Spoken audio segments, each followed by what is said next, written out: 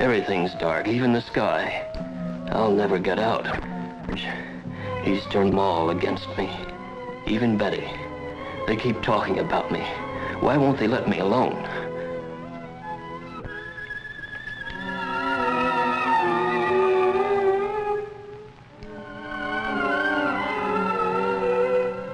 Oh my God.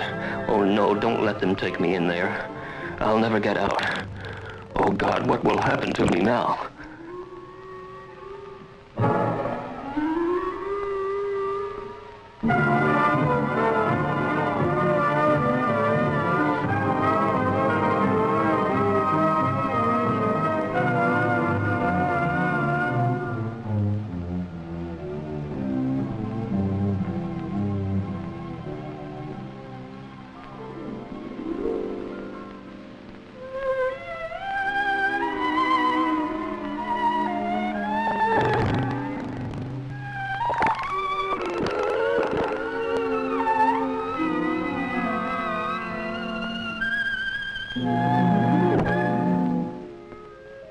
What will happen to Fred now? What happens to all of them? The men and women from every walk of life who each year pass through doors like this, into the mental hospitals of our land. Here, in the story of Fred Clanton and the typical Oklahoma State Hospital to which he came, the spotlight focuses on these people.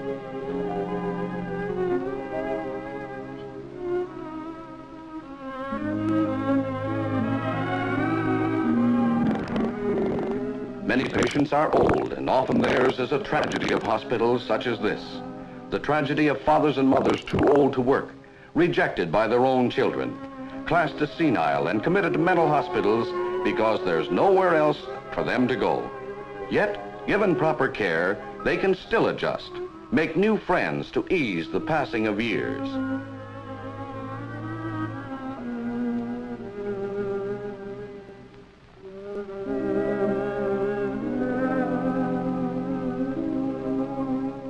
Some patients are disturbed, unable to care for themselves in normal life situations. Others are physically as well as mentally ill. Many are capable of limited adjustment, able to work at varied tasks within the hospital.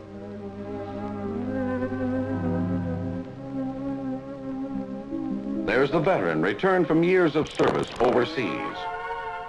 Farmer who had never set foot outside his home county till he came here. Deterioration, chronic conditions limit hope for some. Others may go home tomorrow.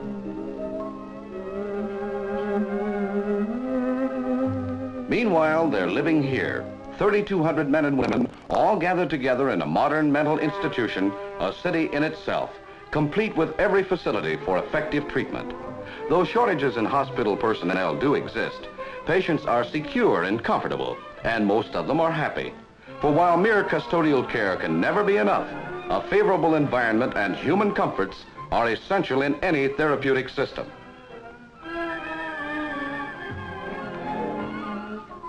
For most, meals are served cafeteria style. Food is plentiful and good, an investment in patient health. Just baking the bread for 3,000 people is a man-sized job. Above all, though, these kitchen chores offer patients work, the therapy of busy hands. The laundry, more chances for patients to focus on specific realities outside themselves. First step along the road that leads to recovery and release. The patients tell you the power plant smokestack is 525 feet tall. They seem to take a personal pride in it, maybe because power is so important here. The sick must have heat and light, there's water to be pumped, and food cooked, and laundry washed.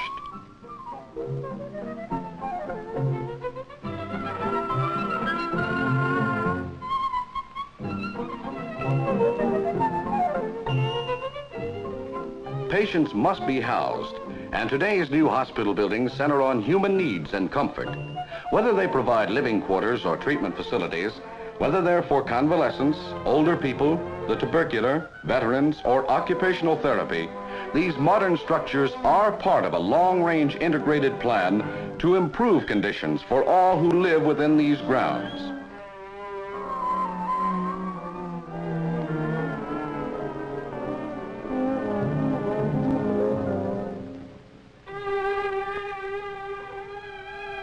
Special units provide homes for nurses and attendants, for they too play a vital role in helping patients to regain health.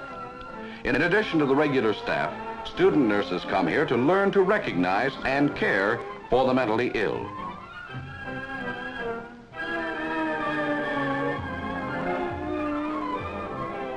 There are lakes for fishing. The hospital farm cuts operating costs, provides fresh truck and dairy products, and the familiar scenes, the work, help make patients from rural areas feel at home.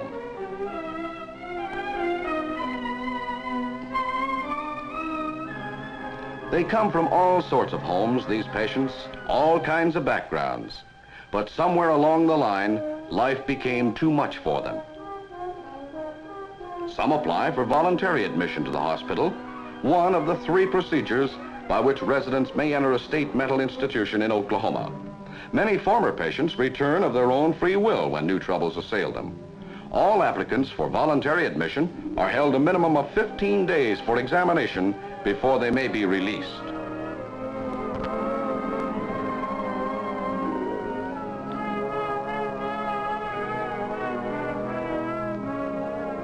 Other patients are certified for admission by 2 competent medical examiners.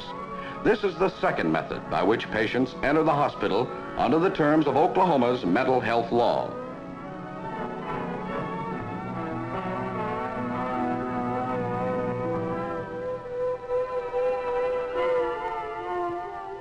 The majority, however, come by court order, committed either by a judge or a 6-man jury. This was the case with Fred Clanton. Fred Clanton? Oh, yes. How are you, Fred? Well, I'd be all right if they just left me alone. Well, why don't you tell me about it? You can't fool me. I know you're in with them, too. Fred, I'm going to send you to the hospital. And if you will cooperate with those doctors, I think they'll be able to do you some good. The admitting clerk records Fred's case history as soon as he enters the hospital, takes care of valuables until he is sufficiently improved to be trusted with them.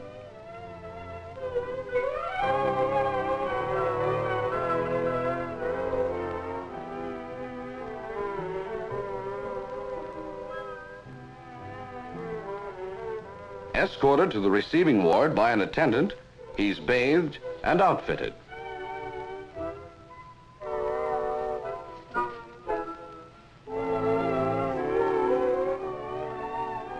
He gets a blood test, part of the medical examination given each patient on admission. There's a chest x-ray also, and a spinal fluid test.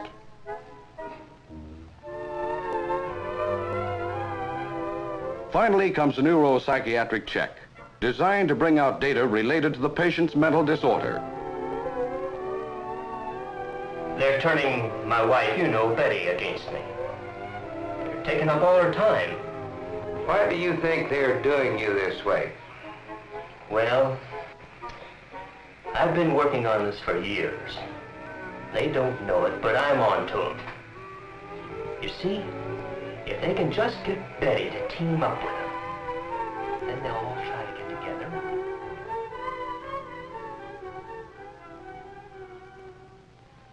A clinical psychologist gives Fred a variety of specialized tests in order to make possible a more accurate evaluation of his total personality.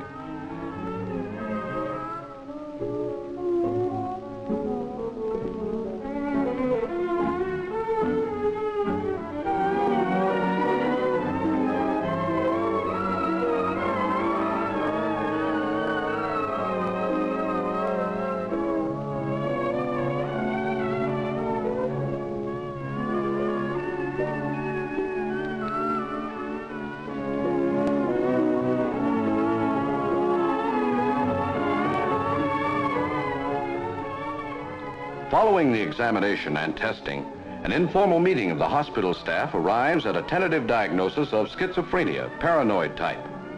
Fred benefits from the skill and experience of all members of the staff, as well as the psychiatrist to whose care he is assigned.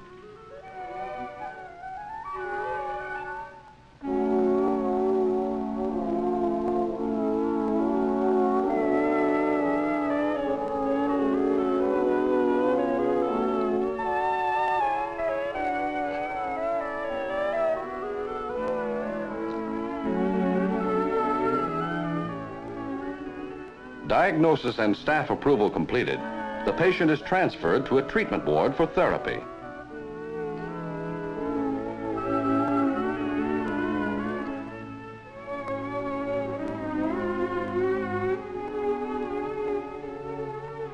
In Fred's case, insulin shock is prescribed, a common treatment for schizophrenia.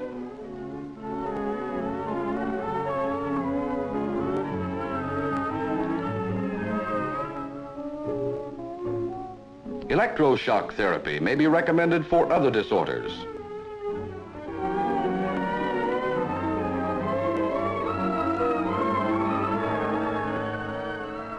Hydrotherapy is useful in calming disturbed patients.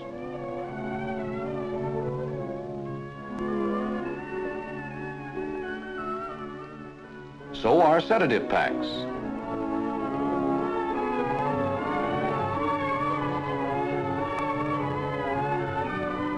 But whatever the mode of treatment, it's essential that it be supplemented by an atmosphere of security and calm.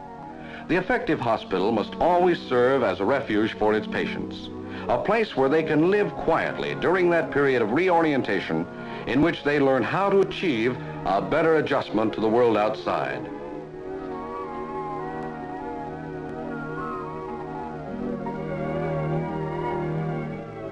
The degree of adjustment, the level of orientation, varies sharply from patient to patient. Some show a complete loss of contact with reality, dark shadows across disordered minds. In other wards are light and life, a return from private worlds to the here and now.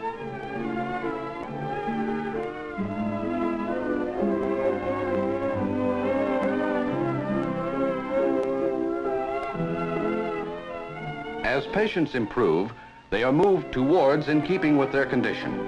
They're given the opportunity for contact with others who are also getting better, shown that their status as individuals is recognized, that no matter what their problem, there still is hope.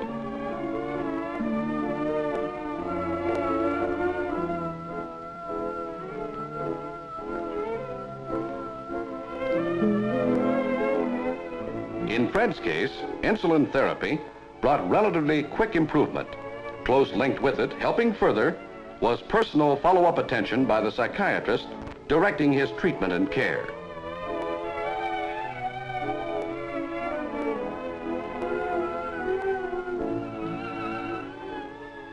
Occupational therapy reinforced shock treatment, helped Fred to draw away from his feelings of antagonism and suspicion and move closer to reality.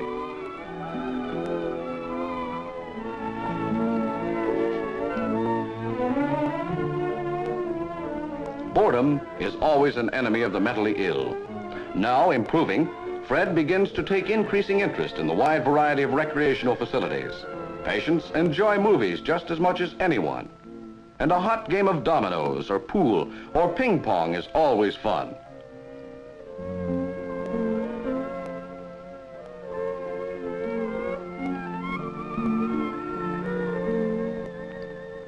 The sewing room's popular, and a permanent wave may serve as a milestone of self-respect for many women in spite of the bubble gum.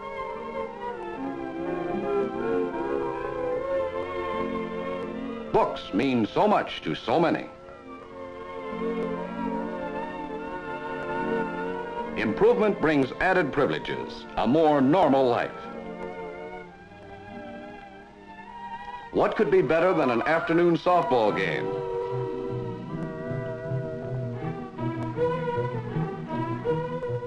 Friday dances give Fred a chance for contact with women on a social plane, help to spark his dormant pride.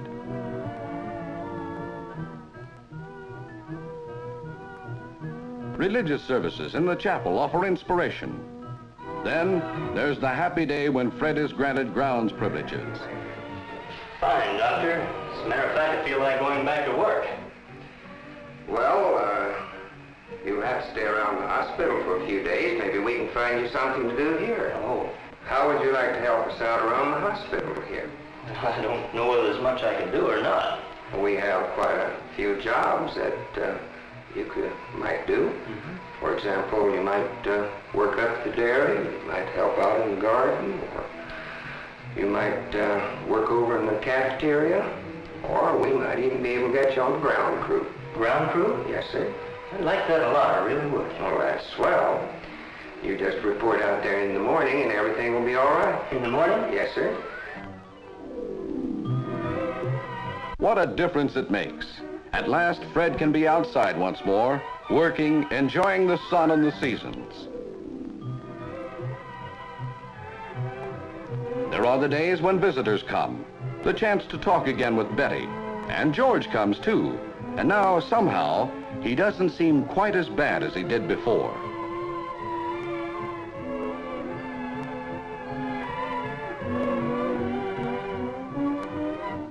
It's not too long till the psychiatrist decides that Fred can try it for a while at home. He talks with Betty and with George, helps them to understand that they too have vital roles to play in aiding Fred to adjust successfully to the world outside.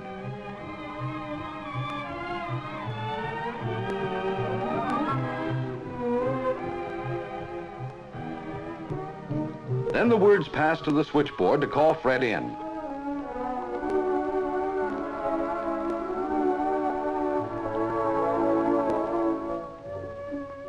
How well he looks.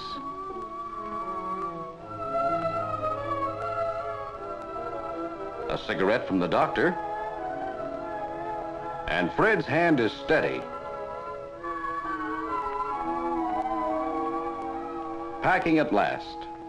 A man can be proud of the things he's created with his own two hands, and a hospital can be proud too. Proud to see a patient face the world as a man again.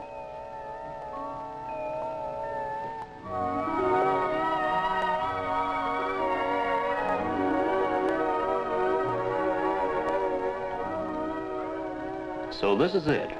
Today I'm going home. 6 months it's taken. If I'd come here sooner, I might have been out in 3. But all I could think about was fear. The way everyone was all against me. How much I hated George. How wrong I was. Or no, not wrong, sick. And now that I'm well again, I can't help feeling just a little sad. The way you always do when you leave a place where you've lived, learned, and grown. But I am well, and I know it. I'm able to face the world again, my own hometown. I suppose there'll be some folks who'll stare and talk and sneer. But no matter what they say or do, one thing I know. These people here, this place and time, have given my life back to me.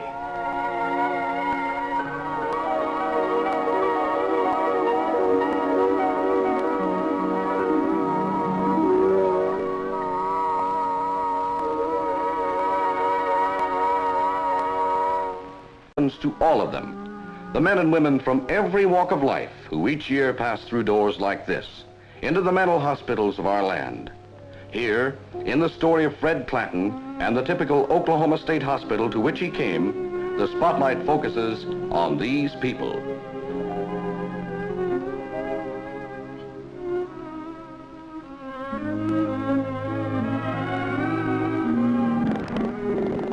Many patients are old, and often theirs is a tragedy of hospitals such as this. The tragedy of fathers and mothers too old to work, rejected by their own children, classed as senile and adjustment, able to work at varied tasks within the hospital.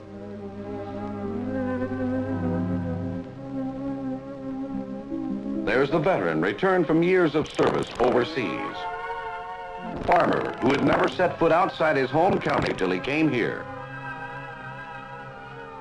Deterioration, chronic conditions limit hope for some. Others may go home tomorrow.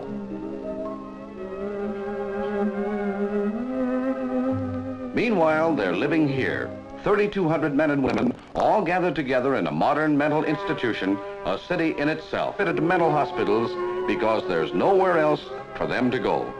Yet, given proper care, they can still adjust, make new friends to ease the passing of years.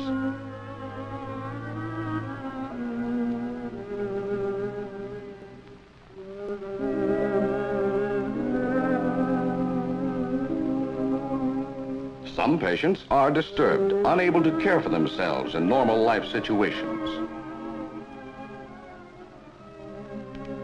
Others are physically as well as mentally ill. Many are capable of limited... Everything's dark, even the sky. I'll never get out. He's turned them all against me. Even Betty. They keep talking about me. Why won't they let me alone?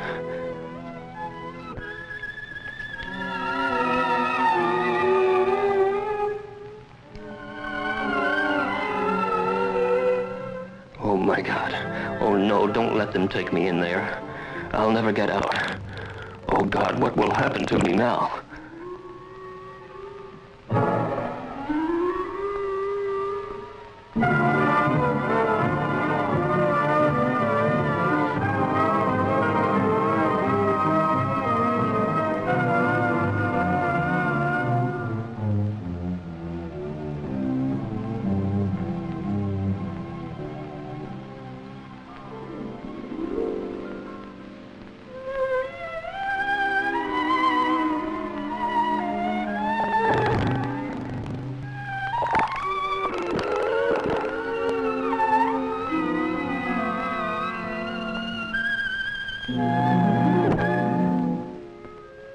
What will happen to Fred now? What happened?